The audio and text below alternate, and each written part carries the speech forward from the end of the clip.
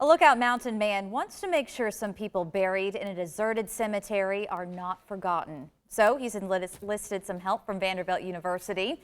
News 12's Brian Armstrong shows us how they're bringing life to the old graveyard.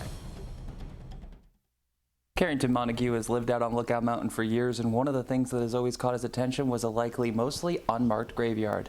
I've always wondered who buried people here. Was it a church? Was it an organization? Was it a community? There are a few tombstones, including one from 1899. I'm thinking that this was obviously after the Civil War, but before World War I, that era. So it really wasn't that long ago, and we've forgotten the history completely.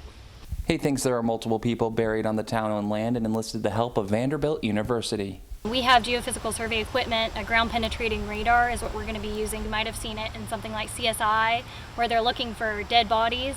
We're doing something similar, but looking for graves. A friend of mine found 12 to 15 sites that he thinks are potential graves. I think they're probably twice that. They want to make sure history is preserved and those buried on the land are properly respected. It's something that keeps your heritage going and the backstory of the actual city, of what history went through and where we are today. Well, I think we lose something when we lose our history. We lose part of our heritage. We have the Chief John Ross Bridge in downtown Chattanooga, and everybody calls it the Market Street Bridge. It's not. It's the Chief John Ross Bridge. The surveying will be done over the next 2 days, and it will be a few weeks until the results are completed.